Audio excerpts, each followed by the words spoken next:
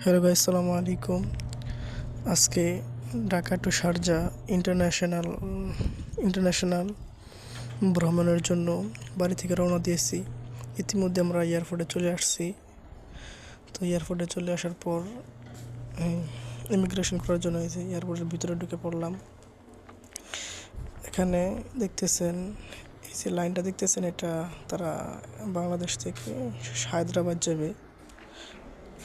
তো আমরা ইমিগ্রেশনের জন্য দাঁড়ালাম। ইমিগ্রেশন ক্রস করে এখন আমরা বিমানে উঠবো। এই যে বিমানের সিঁড়ি, এটা বিমানের সিঁড়ি দিয়ে আমরা বিমানে উঠতেছি। বিমানের আশপাশের দৃশ্যটা খুবই মনোরম, সুন্দর দৃশ্য।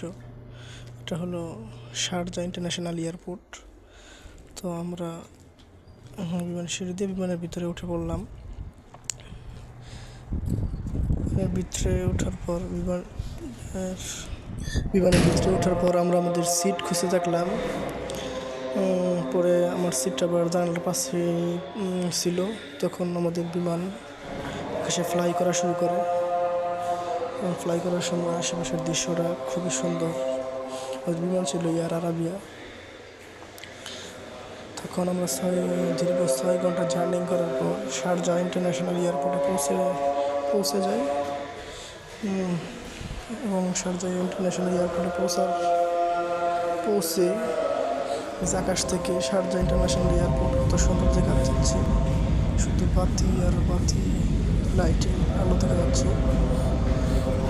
তারপরে আমরা বিমানের ভিতরে আমাদেরকে স্যান্ডউইচ দেয়, সব কিছু দেয়, খাবার। তারপরে আমরা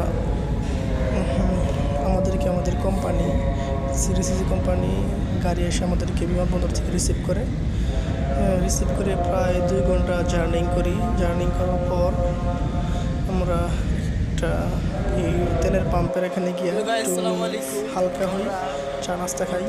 দেখেন অনেক দূরে, প্রায় 100 কিলোমিটার দূরে নাস্তা করতেছি। তারপর শহরটা খুবই সুন্দর, অত্যন্ত সুন্দর। আশেপাশে শুধু পাহাড় আর বড় বড় গাড়ি।